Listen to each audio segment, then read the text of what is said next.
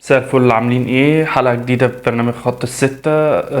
طبعا اتكلمنا وقلنا يا جماعة التأهيل، يا جماعة الملاعب، يا جماعة الأرضيات، يا جماعة اللعيبة بتتصاب، لعيبة ما بتعملش أي مجهود وبتتصاب وهي بتتمرن، أو بتتصاب وهي بتعمل إحماء، أو بتتصاب وهي في الملعب من غير ما حد يلمسها. يا جماعة ارحموا اللعيبة شوية.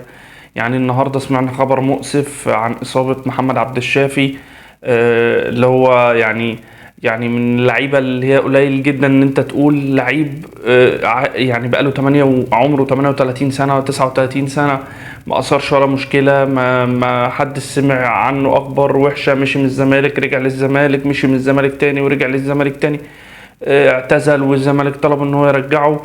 إصابة محزنة طبعا بعد إصابة الونش اللي اتكلمنا وقلنا يا جماعة خلي بالكوا على اللعيبة شوية.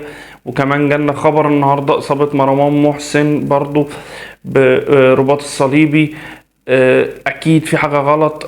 موضوع الرباط الصليبي، هل ده تأسيس في الأساس عضلاتها مش متقوية كويس، نشأتش تحت بيئة كويسة، ما كانش فيه تأهيل كويس ليهم قبل دخول أجواء لعب كرة القدم، الله أعلم.